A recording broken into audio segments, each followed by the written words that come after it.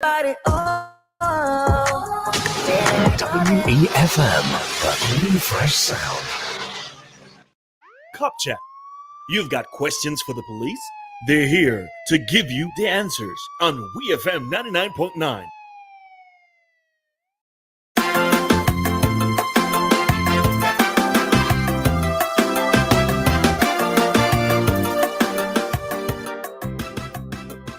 The world has become such a cruel place. Something is wrong with the human race. Preacher man say it's wonders and signs. We are living in the end of times. Where is the love we once used to know? Where is the kindness we used to show? The heart of man is so full of hate. Let's make a change before it's too late. Too much killing, too much blood spilling. Each and every morning, it's weeping and mourning. We've got to stop all the crimes, erase the violence, let our voice be heard. We can't sit in silence. The hope of tomorrow is in no use today. We've got to live in love. Crime and violence don't pay.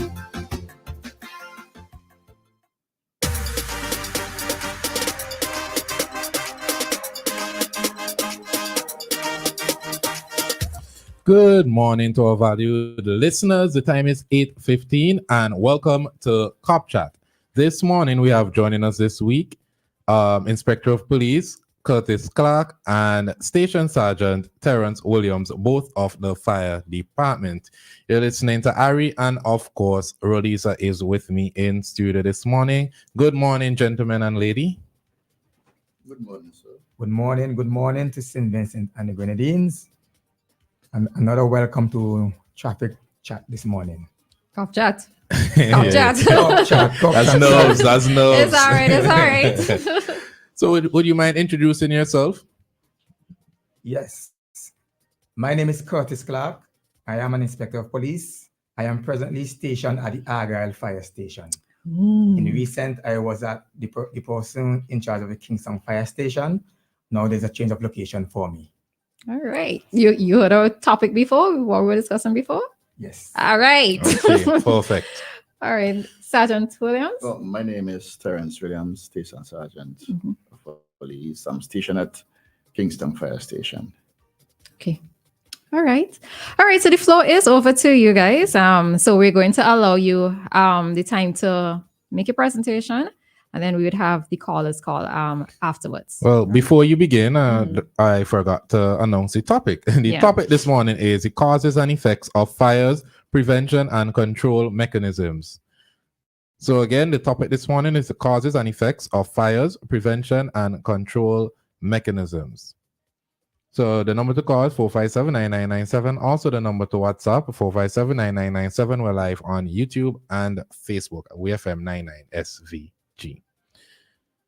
So what inspired this topic this morning, gentlemen? Yes. Well, I must say, during the past years, there has been a lot of fires throughout St. Vincent and the Grenadines. These fires are much of great concern to us. We notice there are spike in fires in certain years from one year to the other year. And it's really time that we speak to the general public to try to, if not prevent some of these fires, we can at least try to assist in the controls mechanism of these fires. Because with these fires, it's not only a loss of property. In many instances, we have seen a loss of lives. And we know that when properties have been lost, it not only affect the individual, it affect the country on a whole, because a lot of times you have persons come in to ask for fire reports, and the purpose of these reports is to take to welfare or whatever mechanism the government have in place to have funds to help to rebuild, and in most cases, get a new home. So this is of major concern to us, and we like to educate the public as to some of the causes of fires, how they could address these fires, and ways of preventing these fires. All right, so let's get okay. Go And ahead. might I add that most of these causes are repeated causes all the time that can be avoided. All right, so list some for us. Um,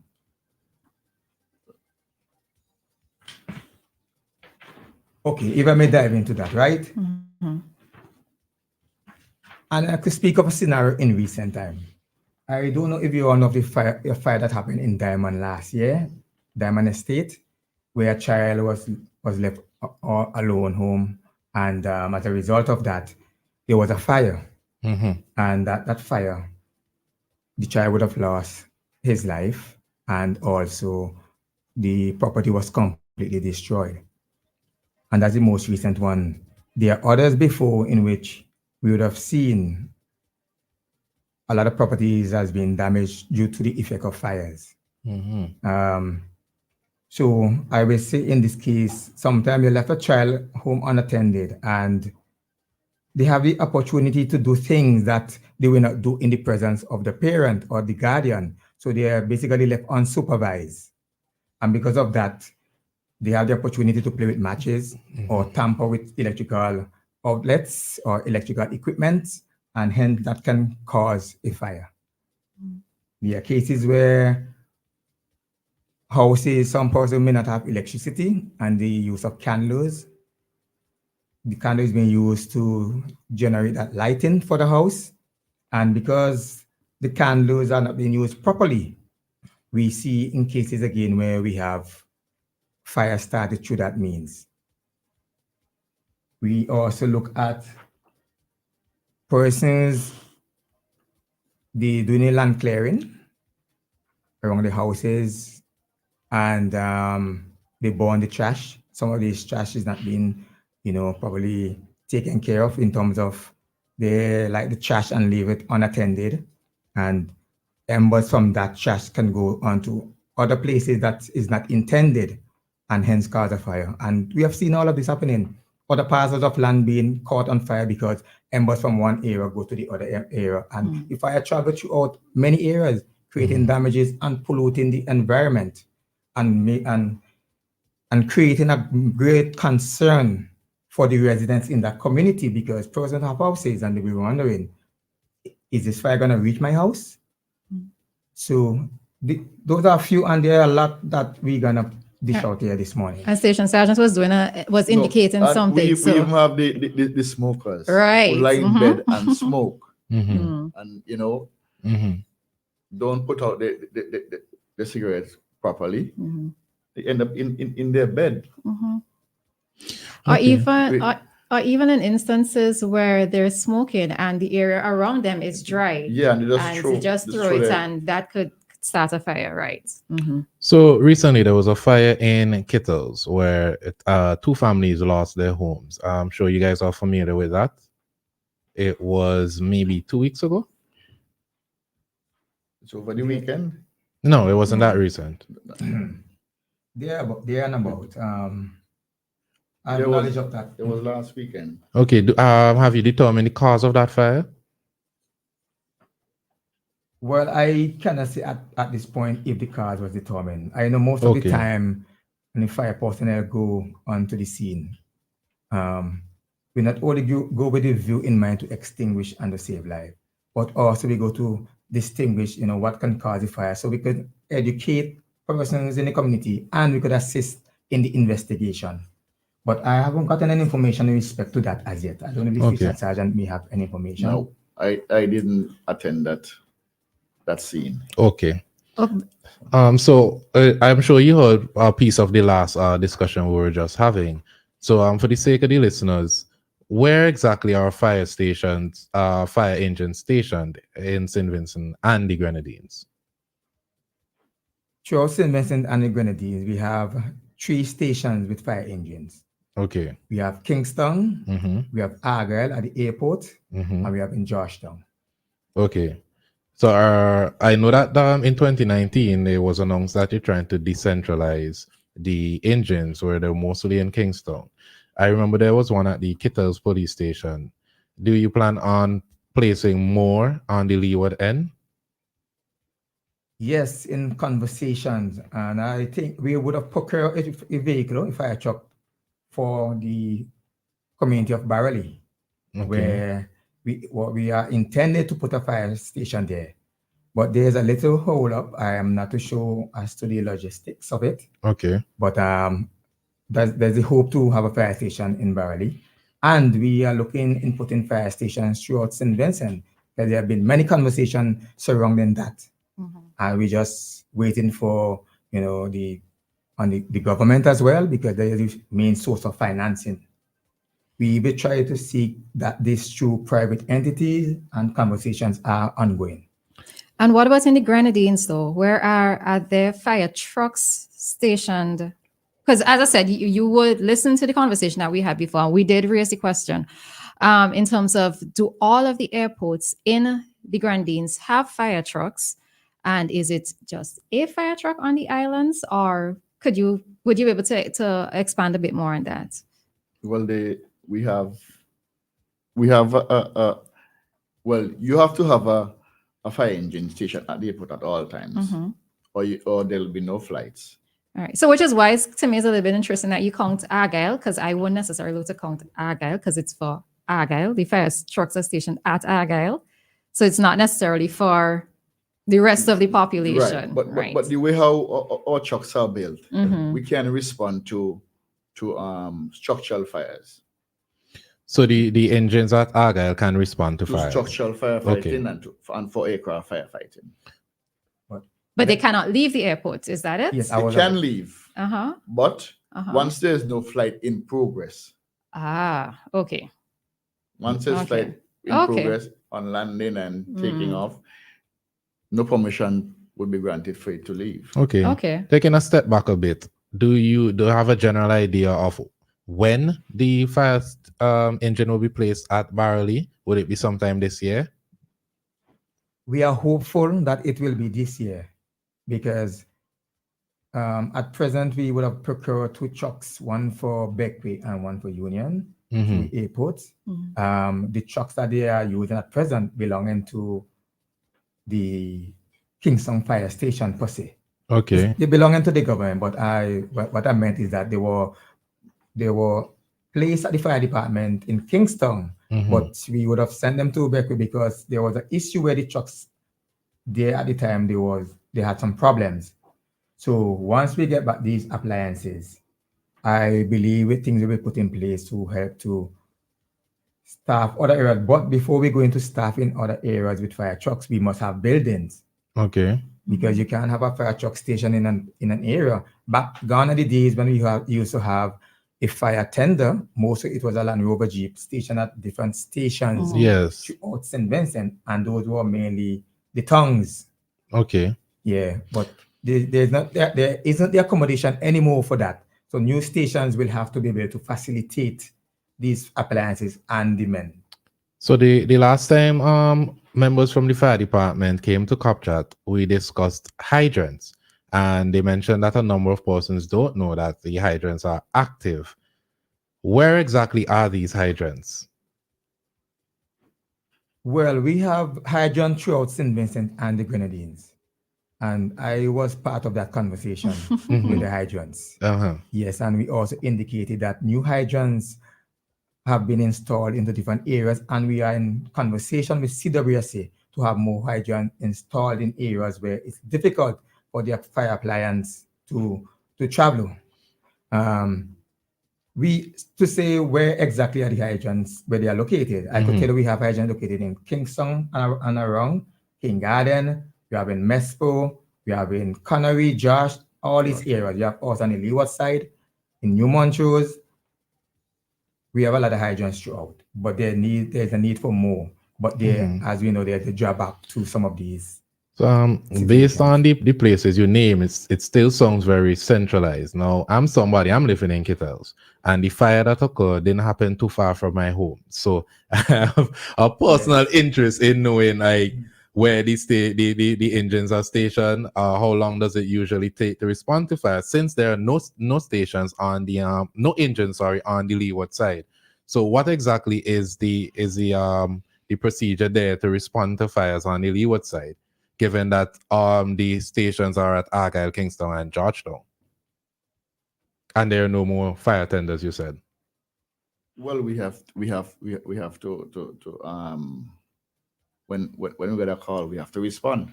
Okay, but as our Roleza and I were discussing, in a lot of places on the leeward side, you don't have a secondary road. So if there's an accident on the main road, then what is set in place for something like that?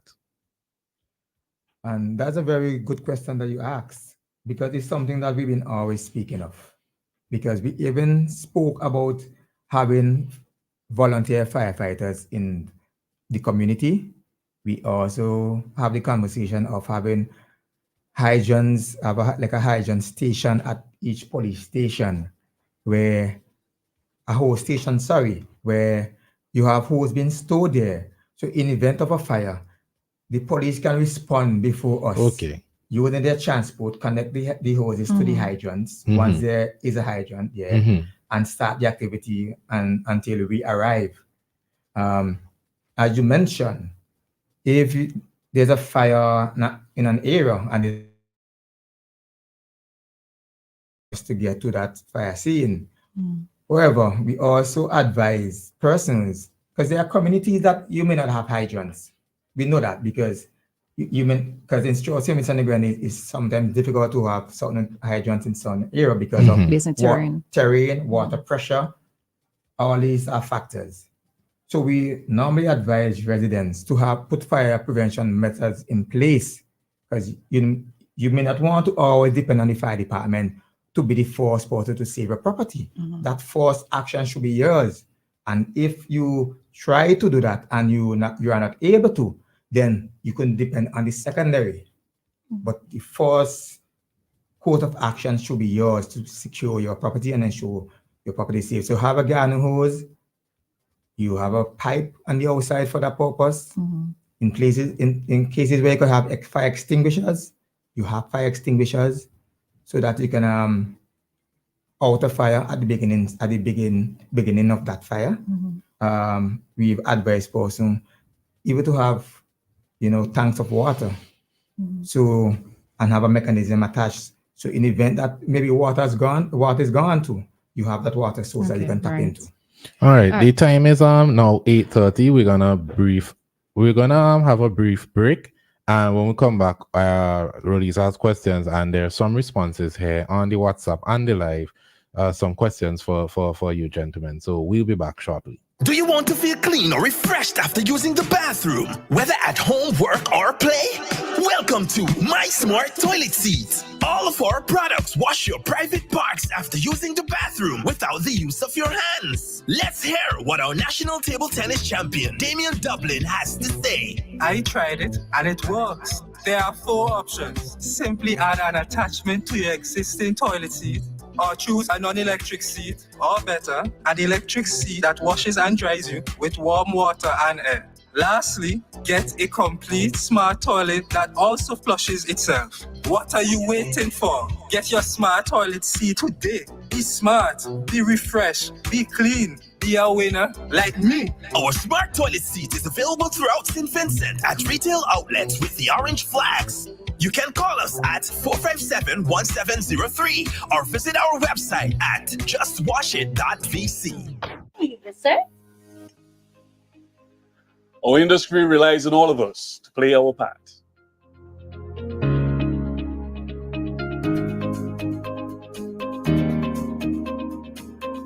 We take pride in showcasing our beautiful island, our craft, our cuisine, and our warm Vincentian hospitality. Each of us play a crucial role in showcasing our vibrant tourism industry. We can create spaces where visitors can unwind, connect with nature, and embrace tranquility of our beautiful surroundings. We need everyone on board to help us create an exceptional experience for our guests. Join us at our National Tourism Community Consultations as we shape the future of tourism in St. Vincent and the Grenadines.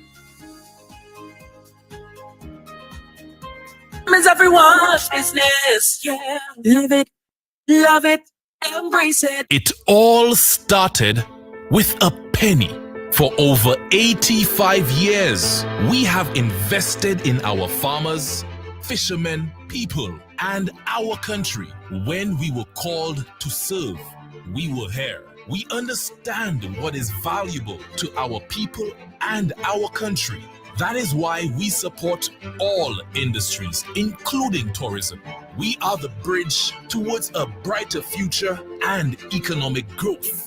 When our people, government, and businesses called upon us, we were here. 85 years later, First National Bank St. Lucia Limited is here for you. WEFM, the new fresh sound. Cop Chat. You've got questions for the police? They're here to give you the answers on WeFM 99.9.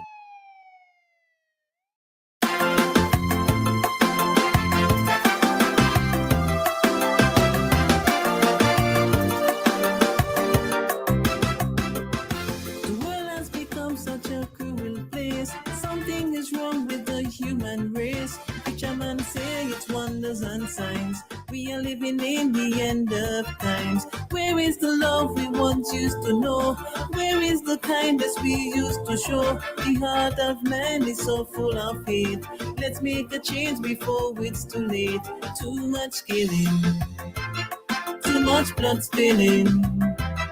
Each and every morning, it's weeping and mourning. We've got to stop all the crimes, erase the violence, let our voice be heard. We can't sit in silence. The hope of tomorrow is in no use today. We've got to live in love. Crime and violence don't pay.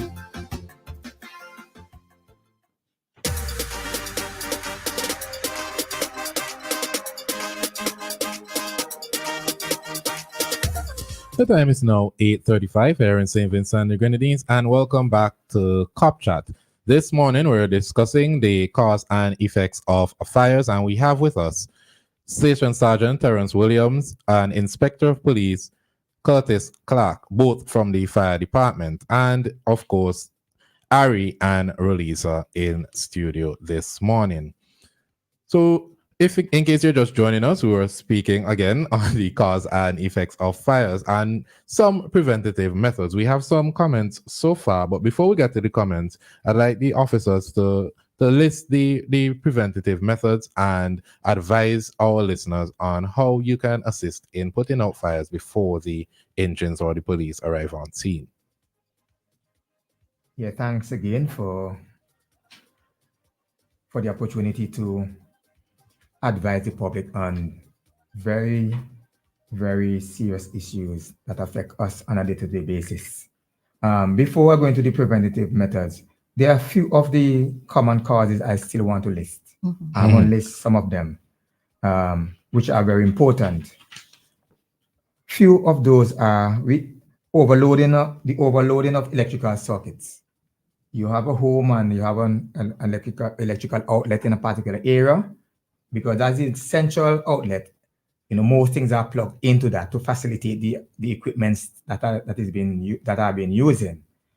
And you'll find too many electrical equipments being plugged into that outlet, causing electrical problem there. And in many cases, you see fire started from that action. So we want to advise, for instance, not to overload electrical circuits, because that also causes fire. Unattended cooking media, persons cooking and not paying attention to the cooking methods. The pot is on the fire for a long period of time and they find themselves doing other things. And because of that, all the water in the pot already dried out, and then it just start to burn. Pot start to burn. Or you're frying something and the oil becomes so hot and the oil become ignited.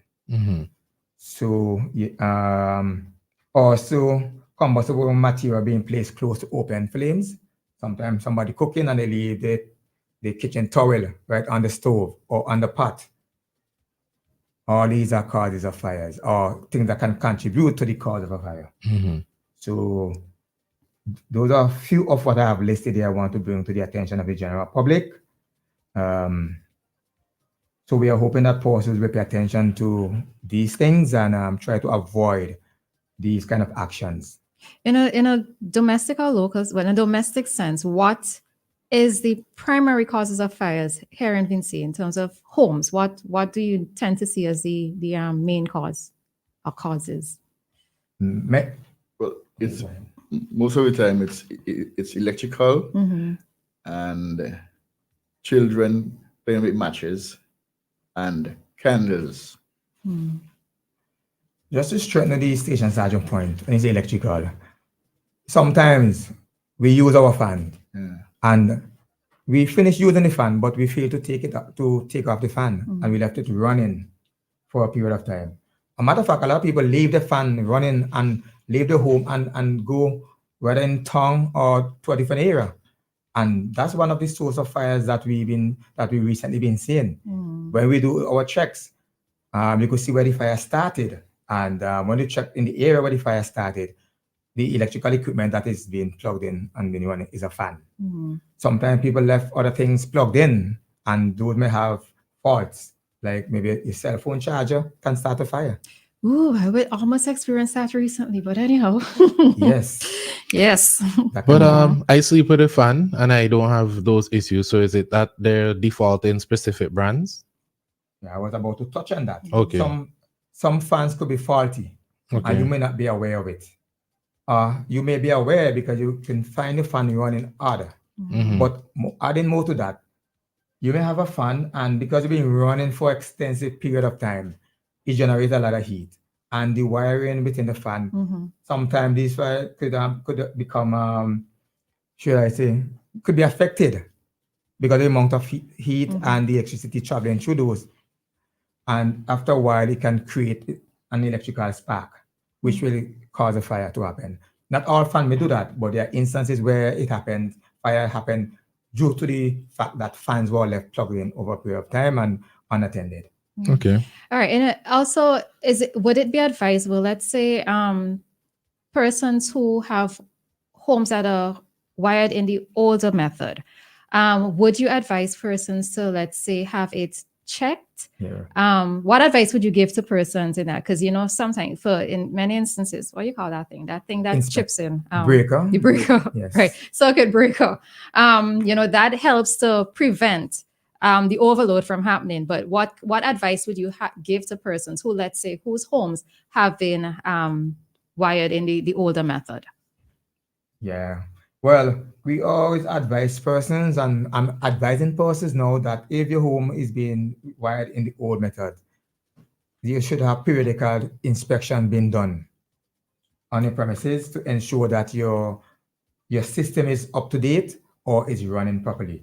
Because a lot of times persons have the old system and which has been phased out, and we know they put almost safety measures in place in terms of the breaker. So if something happened, that breaker flips or chip and it cut off the current source going towards that. And even though you have the breaker in place, you can also have a fire, because the fire could happen between the span from where you plugged into the breaker. But we advise that you have a building check to make sure that you are on the right path. Okay. Okay. Anything else you want to list before you educate the listeners on how you can help putting out a fire before the engine arrives or police officers arrive? Yes, in respect to the preventative methods, I like to list some of those. Okay. Right. So we advise parents, guardians to store matches in inaccessible places from children. As we indicated, children love to play with matches. So we want to avoid children have access to matches and use these matches for the purpose in which they are not intended for, or they're not supposed to use matches because you should be supervised at all time, and matches is not for children, basically. The station sergeant spoke about the cigarette. As I said before me, I have a list here that I brought so that I can educate the public about. Properly extinguish cigarette before disposal, and as you mentioned, when feeling sleepy. But come down to the bottom of my list, I see a very important one here that I really like to expand on.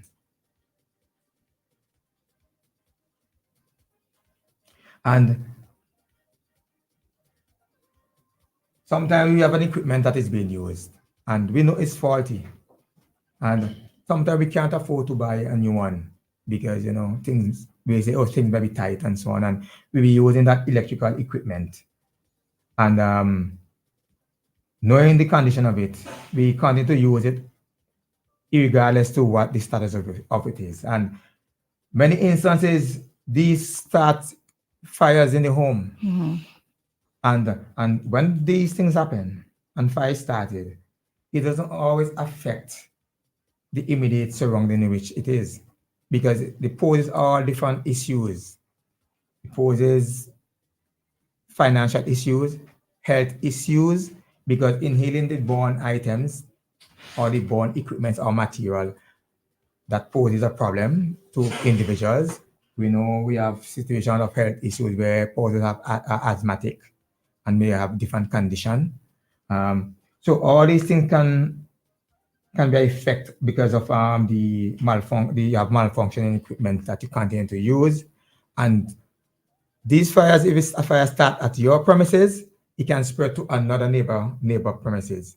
So hence the reason why you have to be very careful, because you're not only gonna destroy your premises, but you're gonna cause another neighbor to lose their property. Mm-hmm. So we always want that to be stressed on, because at the end of the day, it affects more than one person. It's like a domino effect. Mm-hmm. Okay.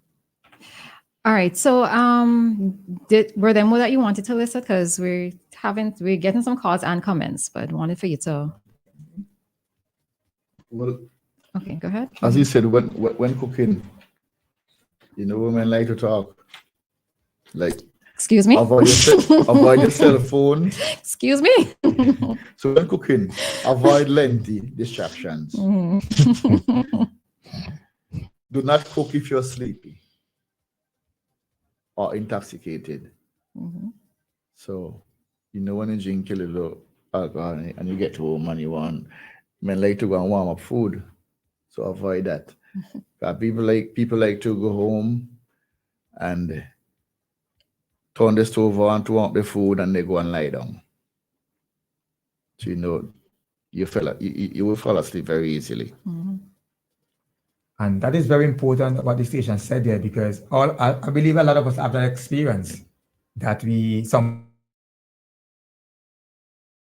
on the fire, carry home food and lie down in the chair, maybe watching the television, and we fall asleep. Mm-hmm. And we are awake to the smell of smoke. I remember that happened to me way back many years ago, and I would have learned from the experience. Okay. So I can share that experience. Because when you are tired, you have control over the body's function. Mm-hmm. And that's another cause of fire. And do not store combustible solids, liquids, or gases next to heat sources or open fire. Right? Mm-hmm. So you keep that same cylinder that you use, the cooking gas cylinder. You wouldn't store that close to the stove where you cook, because the heat is there. If you have gasoline in a container, you store it, in a cool place. You don't store it close to your stove. Mm-hmm. Like the big and pan, like the aerosols. Yeah, mm-hmm. those cans, they can explode. Mm-hmm. So you store them in a cool place, not close to your stove. Okay. The bushes now, when you clean up your yard, right? You make small parcels. You do small parcels, right? Keep a garden hose if you have one on hand. If you have buckets, keep a bucket of water close by before you burn your trash. Because people tend to put all in a very large heap and burn it. Mm-hmm. And once Once it gets out of hand now, the garden hose can't help you and the bucket can't help you. Yeah, and sometimes embers fly from that. Closer to the mic, please. Closer to the mic. And sometimes embers fly from that heap of trash onto other areas. Okay. But if you have a small heap, it's more easier. The span in which the embers may fly is a shorter distance. Okay. And more manageable for you to extinguish if by chance something get out of control. Okay. So how can Alright. persons assist in putting out fires before the arrival of the relevant authorities? Yeah, as I indicated, if a person have a fire extinguisher at their home and there's a fire, once the fire has just started, you apply to your fire extinguisher. There's a passcode on the fire extinguisher, password, call it PASS, PASS, which means that's the acronym for the action you wish to be taken. Okay. You take your fire extinguisher, you go about maybe 7 to 10 feet away from the fire. A safe distance we recommend. You pull the pin for the fire extinguisher. You aim at the base of the fire. You squeeze this trigger mechanism and you sweep from left to right. But also we advise that even before you go to the fire to activate that extinguisher, you test it first to make sure it is working. Okay. Because sometimes extinguisher might be there and somebody may have tampered with it because you might be living with other personnel and you may not pay attention to it. Even though the gauge have an indicator to tell you whether it's full or it needs to be recharged. Sometimes bees and other insects find themselves in the nozzle and can have blocked the nozzle. So even though it has not been used, and you try to discharge that extinguisher agent onto the fire, it may not come out if the nozzle is blocked up. Okay, and people who don't have access to an extinguisher can't afford an extinguisher. Right. What do we use? Right. As we can use a garden hose if the fire is on the outside. If it's on the inside, the station mentioned you have buckets of water. Because I have a bucket of water stored in my house. Okay. Not only for if water gone, but in event of a fire. Okay. But be advised that you cannot use water on an electrical fire. I was just going to ask you because there are different ways to extinguish different fires. right. So it might be useful to let us know. Yes, you cannot use water on an electrical fire. But hence, if you have items like flour. Well, we advise people to educate yourself on types of fire and. But if you know, since we have people listening, and once you're in the kitchen, as the inspector said, you could and you have your frying pan and it explodes on fire. You have a kitchen towel, you wet it and you just place it over the frying pan. Okay. Or if you have your sugar or your flour, you just dump it inside the frying pan. Okay. And also you'll be observed that at the gas station, they also have bucket of sand. That is also an extinguishing agent, the sand itself. So all these small things you can have in your home and use them to your, at your disposal if you have a fire. If it's an electrical fire, you plug out if you can plug out the equipment from where it's plugged into the wall, you plug it out. And so let's say it is a fan or it is a TV or something, an equipment that doesn't store electricity. Once you plug out that equipment, it now move from class. Okay, the classes of fires are class A, B, C, and D. We have K as well. But in the classes, ordinary combustible materials, class B is flammable liquid, paint, kerosene oil, diesel, these kind. C is energized electrical equipment. And class D, you find that in industry as metal fires. Okay, so if the fan itself is on fire, the best thing to put that out would be flour. You're saying not apply water, right? No, I was about to explain. All right. Okay. So if the fan is on fire, it is a fan because it's right there. Right. You plug out the fan because it's right plugged into the outlets. And once you plug out the fan, it now moves from class C to class A because it is no longer energized. So you can use any medium on that. If you have water, you use it on that. But if you left it plugged in into the electricity or into the electrical source, then you cannot apply water because it is energized. Okay. All right. Well, let's use this time to take calls. Callers who are trying to reach us, please make your calls. In the meanwhile, we're reading questions from the WhatsApp and the live. All right. And when you call in, at least make it like a minute because we don't have that much time left. All right. So we have a question here. Is the training of firemen and women an ongoing process? All right, let's take this call. Remember, callers, you have a minute. Good morning. Good morning, my sister. How are you? And my brother. I'm well. Go ahead, please. Well, I'm not going to take more than a minute. I'm going to take more. Like I want to say to you, the officers could tell you this, Mr. Hamilton, I call them regular. Just one thing I just want to say. I said to them, because this is the main part. I mean, we know fans could call if I and I to plug it out. But I want to say, Lebanon is real. My house catch a fire. I'm in trouble. I expect somebody. And the one thing the officer said, which this is what been happening for many years. I've been on radio for almost 17 years. And officer, we got to, I know it's not your fault, but we got to understand that the implications from vehicle coming, fire truck coming from the city. And so you have to be able to tell, because my sister, this is a problem with these calling, what is happening in this country, is that they're not doing anything. The officers mean well, they want to do well, and they want to help us, but he said that, he was thinking of setting up a committee. So, for example, in Calico, you have a group of people in Calico, you could have a group of people in any particular area, and those people could come to action, just making sure you have the fire hydrants and so on. Sometimes we don't even see the fire hydrants because we also have one here. And I'm only saying it don't make no sense we have all these programs, 20-something years, and all of a sudden, officer, you got to be able to tell the public that you want to help them, but you're not getting the support.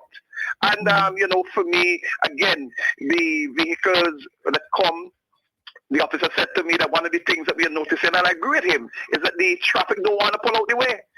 And so we have it to help us in areas, if maybe you're close to the barracks, area, then maybe, you might say, boy, I ain't too far from the barracks, it will take at least, little 5-10 minutes. But you're talking here, outskirts of Kingston, time they reach the places, and I think high rises.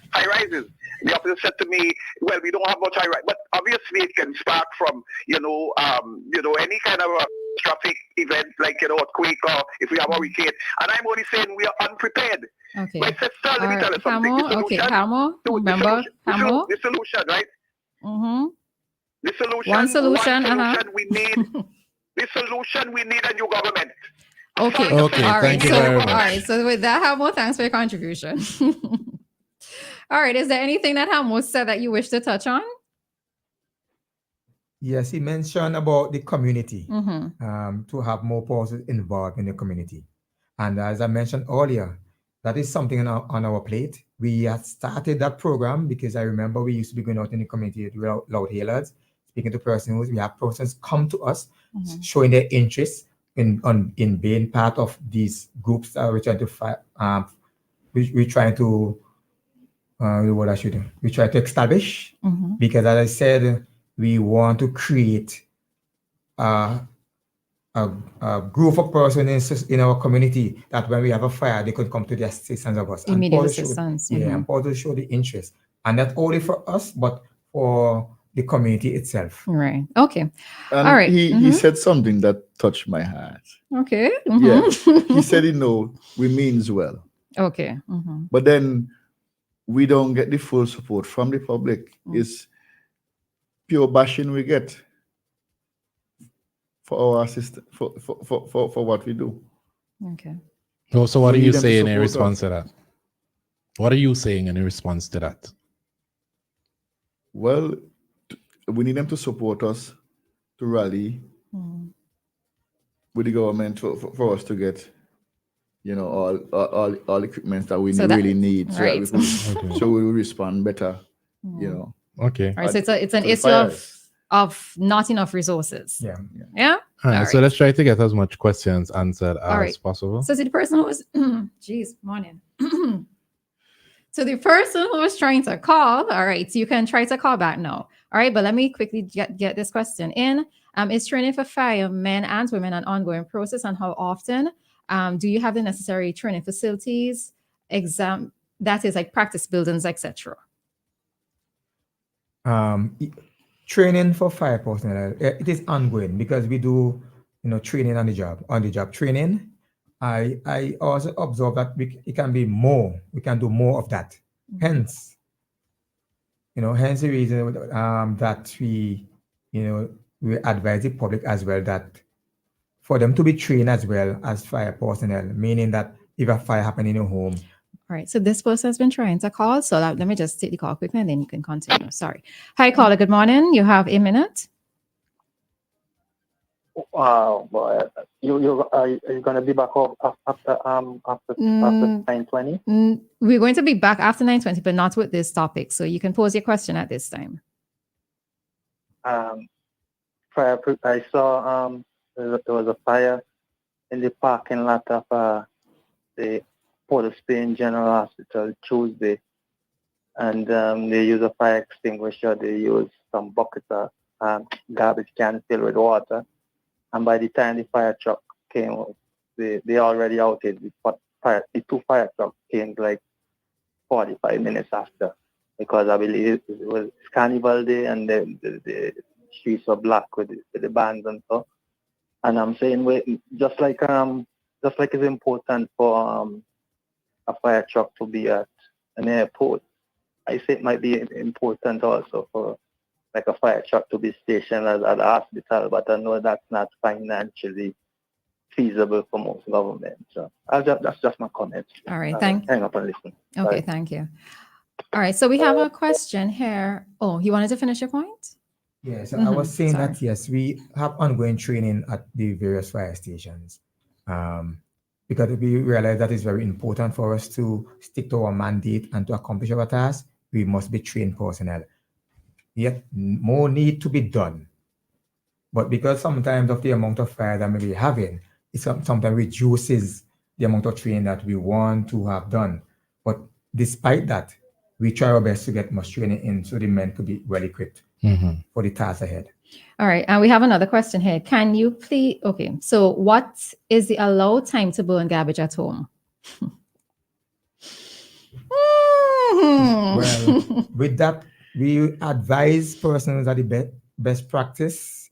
We advise them to burn the garbage between 5 a.m. and 6 a.m. at mornings and 5 p.m. and 6 p.m. at evenings. It's a window period in which, for the morning part, persons may not be up as early, so you can get a window period to burn the garbage that the smoke may not affect persons. And for the evening, it's like persons may be home, but during the day you find a lot of persons may be home in some cases, and at night more persons are home after finish working. So they give a window period, the best practice, the best period they can give you to facilitate that. But as we advise, best practice. All right, and please be neighborly. Don't wait till people put out the clothes on the line. Please be neighborly, and inform your neighbors that you're going to burn some garbage. All right, and okay, so it's after 9, but let's just take this final call, this final question, and then you can do your wrap up, right? So someone is asking, do you have a program where you go into the school to educate children on fires and what to do and what not to do? Yeah, we do have programs, but a lot of the time we have a lot of requests coming in from schools and different organizations. So sometimes we are so overwhelmed that even though we have a programs, we can't keep up to the mandate of our programs. But what we do, we pay attention to the requests. Just recently, in this week here, because today being today's Thursday. Yes. I went to the Richmond Park Government School in an officer, which we do a fire program with the primary school. And a lot of schools come to the Agala Fire Station. Some schools come to Kingston Fire Station, and we go out to the schools and educate the children, because we believe that if the children are educated, that's where we want to start the ball. Educate the children. Sometimes they take this information to their parents, and the parents have an idea as to what not to do and what to do. Cool. Okay. All right. So anything like to say quickly as we wrap up Cop Chat today? Yes, I would like to appeal to the general public that when you hear a fire engine moving from point A to point B, please allow the fire engine to pass. Whether it is vehicular traffic or pedestrians, because we are heading to an emergency, and with that in mind, it could be your house that we're going to extinguish. We ask drivers not to park anywhere alongside the road. We got many difficulties in the past in respect to passing area because vehicles are parked in a narrow area and the truck cannot pass at all, but be there for a period of time blowing. So we want persons to be a bit more cognizant as to the fact that you have to leave space, not even for emergency vehicle like the fire truck, but maybe for your own neighbor. They might have an emergency and want to move from point A to point B with an ill person. So we have to be, very mindful of these things and be our brother's keeper. All right, and Station Sergeant Williams. Please, people, be more cautious, because once there's a fire at your home, sometimes it's your whole life work. It's everything plus loss of life, and we want to avoid having that. A vehicle, it's a lot of money, and it's hard to start over from scratch. It's very hard. All right. Thanks a lot, gentlemen, for joining us for this informative cop chat. We hope to have you again soon. The time now is 9:04, soon to be 9:05 here in St. Vincent and Grenadines, and it's time for ECCB Currency Exchange Rates, brought to you by